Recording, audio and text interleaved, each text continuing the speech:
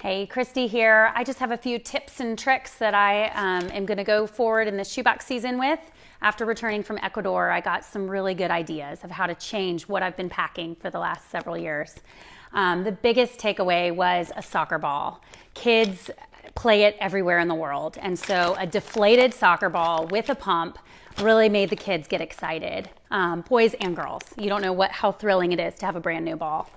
Another thing is just personal hygiene items, personal clothing items, socks, underwear, things that we take for granted here. They don't always have brand new pairs, so they got excited about those.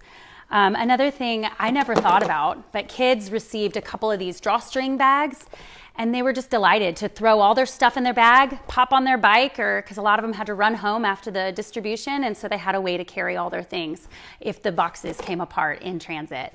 Another thing is just a water bottle. Again, something we take for granted here. A lot of kids don't have something to put their liquids in, so they got really excited about that. Another thing is just a loud item. Musical instruments, recorders, harmonicas, something to make some noise. They got really excited. And then for girls, just jewelry. Jewelry is always a hot item. Bangles, something big, showy. They got excited. Another big takeaway is I've packed my boxes in plastic containers for years, thinking that was the best way to go. And it is, they love it. However, some of the cheaper ones break in transit and get cracked. So these Operation Christmas Child, hard, sturdy, durable ones really stand the test in shipping and in transit. And so they got really excited about these because then they have something waterproof that they can keep their belongings in for years to come.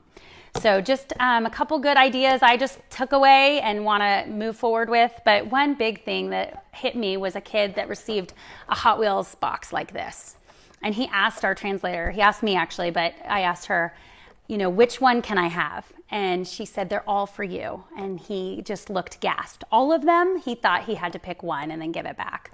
And I know this is a bulky item. I usually buy something like this and then throw the cars in there, but he just was enamored by a huge box of cars. So again, just keep packing. Your creativity really shines through. So do what you love and these are just some ideas I took away. And again, pictures.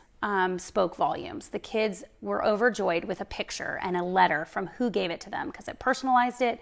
It made it so real to be able to tangibly see who sent them this box and who's praying for them. And I know I often don't do this. I didn't think it mattered, but I noticed it did. Every kid that got one, it mattered.